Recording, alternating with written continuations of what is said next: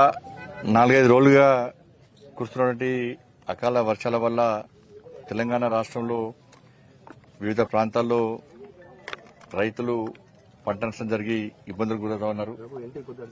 అంతకుముందు కురిసినటువంటి వర్షాల వల్ల గంభీరావుపేట, తంగలపల్లి ప్రాంతంలో రైతులు ఇబ్బంది పడ్డారు, నష్టపోయారు. మొన్న కురిసిన వర్షాల వల్ల ఈ ముస్తాబాద్ ప్రాంతంతో పాటు సిరిసిల్లలో అనేక ప్రాంతాలు, తెలంగాణలో ఇతర ప్రాంతాల్లో కూడా రైతులు పంట నష్టం జరగడం వలన చాలా ఇబ్బంది పడుతూ ఉన్నారు.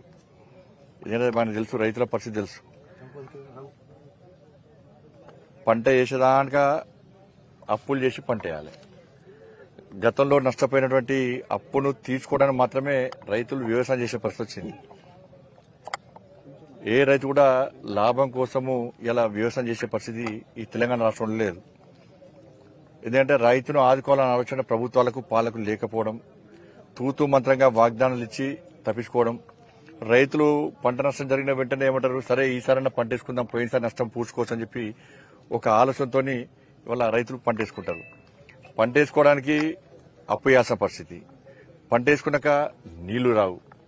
నీళ్ల కోసం పోతే ఇప్పుడే చెప్పారు సోదరుడు, నీళ్ల కోసం పోతే ఇవాళ కేసులు పెడతారు. నీళ్ల కోసం ఆందోళన చేస్తే కేసులు పెడతారు. నీళ్ళు వచ్చాక వస్తుంది, కరెంట్ రాదు. కనీసం లాస్ట్కు పంట వేసుకున్నాక కోతకు వచ్చే టైంకు అకాల వర్షాలు, ఈ ప్రకృతి వైపరీత్యాల వల్ల అట్లా ఇబ్బంది పడతారు. ఒకవేళ పంట చేతికి వచ్చిందంటే మద్దతు ధర ఉండదు. ఇవాళ రైస్ మిల్లర్స్ కానీ ఇతర అందరు కూడా ఇవాళ తాళ్ళు పేరుతోని, తేమ పేరుతోని, తరుగు పేరుతోని మొత్తం ఇష్టానుసారంగా ధర తగ్గించి ఇవాళ తక్కువ రేటుకు అమ్ముకునే పరిస్థితి. ఇలా పంట అట్లా అయిపోయినా కూడా బ్యాంకులో వాళ్ళ అకౌంట్లో పైసలు పడే వరకు కూడా గ్యారెంటీ లేని పరిస్థితి.